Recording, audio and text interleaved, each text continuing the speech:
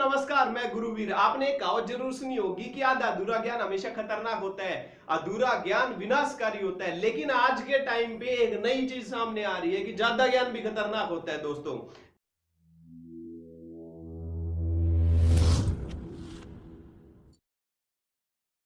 आज इंफॉर्मेशन के युग में उल्टा हो रहा है सब कुछ।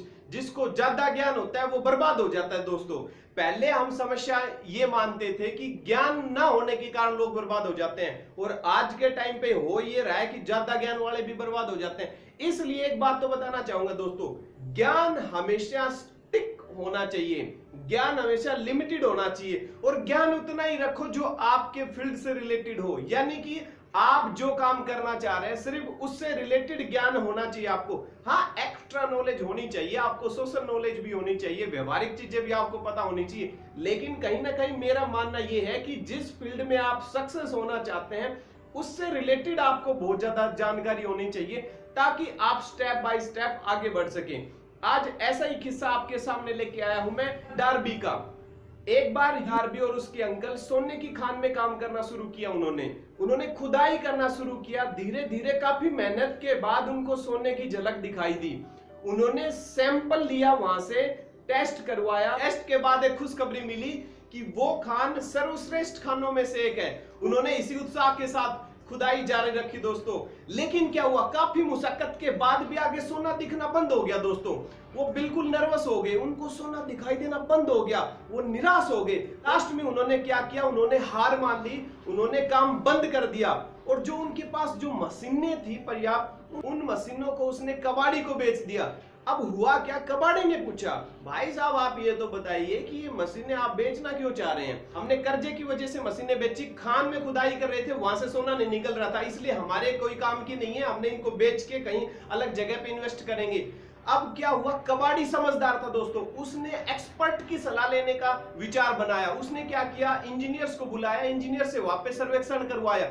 इंजीनियर्स ने बताया कि यहाँ की असफलता का कारण है एक। अब कबाड़ी ने पूछा क्या कारण है? उन्होंने बताया कि यहाँ असफल होने का सबसे बड़ा कारण यह है कि जो यहाँ का मालिक था उसको ये नहीं पता था कि सोना निकलने से पहले एक फॉल्ट लाइन आती है। फॉल्ट लाइन का यही मतलब होता है वहां पे सोना दिखना बिल्कुल बंद हो जाता है, और ये उस मालिक को पता नहीं था, इसीलिए वो असफल हो गया दोस्तों। और आपको अचंभा होगा ये चीज जान के, जैसा इंजीनियर्स ने बताया था कि मात्र 3 फीट के बाद वहां पे बहुत ज्यादा मात्रा में सोना निकल गया, और जो एक कबाड़ी था वो एक अमीर आदमी बन गया। अब आप सोचो, जब ये बात डार्बी को पता लगी होगी तो कैसा लगा होगा उसको। लेकिन वो भी बहुत पॉजिटिव एटीट्यूड वाला पर्सन था, उसने हार नहीं मानी। वो उसके बाद क्या करने लग गया था, इंश्योरेंस कंपनी में काम करने लग गया था। वो इंश्योरेंस पॉलिसी सेल करता था, और अपने टाइम का मशहूर इंश्योरेंस पॉलिसी वाला पर्सन बन गया। उसने इतनी पॉलिसी सेल की, वो टॉप पे चला गया दोस्तों। जब किसी एक इंटरव्यू में डार्बी से पूछा गया कि सर आप इस फील्ड में इतने टॉप पे कैसे चले गए, आपकी सफलता का राज क्या है? डार्बी ने क्या बताया, मेरी सफलता का राज मेरी असफलता है, मेरी सफलता का राज मेरी असफलता है। अब भला ये कैसे?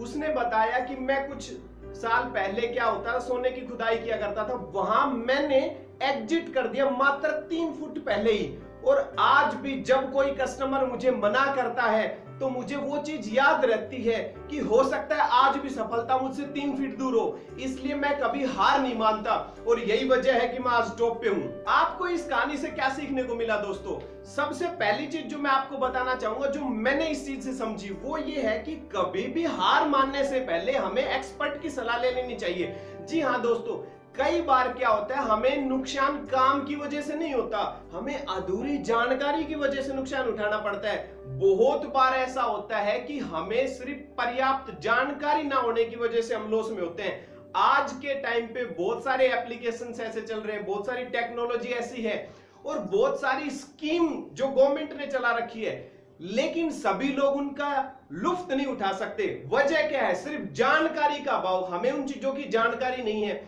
और हाँ, जो हमें जानकारी है वो क्या हमारी जानकारी वैल्यूएबल है? आज के टाइम पे बहुत सारे लोग ऐसे हैं जिनके पास ज्ञान तो है लेकिन वो काम का नहीं है। मैं आपको बताना चाहूंगा इस स्टोरी के माध्यम से, ज्ञान रखिए, अपने फील्ड के एक्सपर्ट लोगों से मिलिए, पॉइंट नंबर 2 क्या है? फालतू की जानकारी इकट्ठा करना बंद कर दीजिए दोस्तों। और लास्ट पॉइंट में मैं आपको इतना ही बताना चाहूंगा दोस्तों कि प्रॉपर अवेयरनेस होनी चाहिए। जिस भी फील्ड में आप जाएं उसके प्रति अवेयर रहें।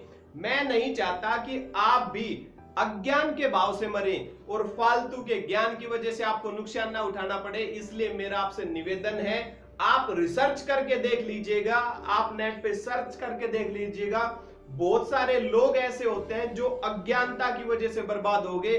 तो जल्दबाजी ना करें, आप कंसिस्टेंसी के साथ काम करें।